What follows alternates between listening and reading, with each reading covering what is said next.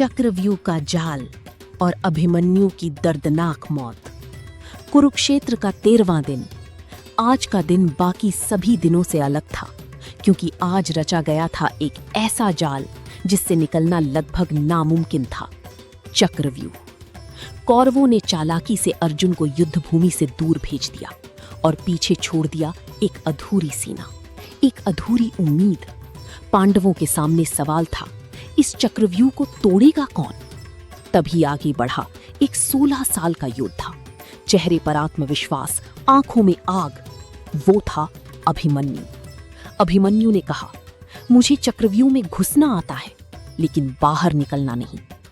ये सुनकर भी पांडवों ने उसे जाने दिया, क्योंकि उनके पास कोई और रास्ता नहीं था। और फिर अभिमन्यु अकेला ही चक्रव्यूह में घुस गया। शुरुआत में सब कुछ उसके पक्ष में था।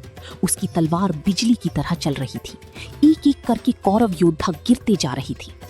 लेकिन ये सिर्फ शुरुआत थी। जैसे जैसे वो अंदर बढ़ता गया, वैसे वैसे जाल और खतरनाक होता गया। और तभी महाभारत का सबसे बड़ा धोखा हुआ।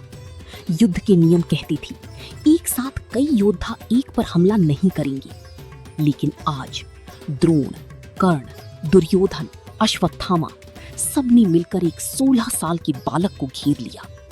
अभिमन्यु का रथ तोड़ दिया गया, उसका धनुष छीन लिया गया, उसके सारे हथियार खत्म कर दिए गए। लेकिन वो रुका नहीं।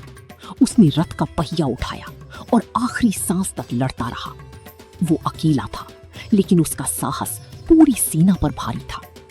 आखिरकार धोखे और अन्याय के बीच वो वीर जमीन पर गिर पड़ा। अभिमन्यु मर गया, लेकिन उसकी वीरता अमर हो गई। जब ये खबर अर्जुन तक पहुंची, तो जैसे समय थम गया। एक पिता जिसने अपनी बेटी को खो दिया, और एक योद्धा जिसका खून खौल उठा। उसी पल अर्जुन ने प्रतिज्ञा ली, अगर मैं कल सूर्यास्त से पहले जयद्रथ को नहीं मार पाया, तो मैं खुद अग्नि में जल जाऊंगा। और यहीं से शुरू होती है महाभारत की सबसे खतरनाक कसम, जो अगले दिन इतिहास बदलने वाली थी।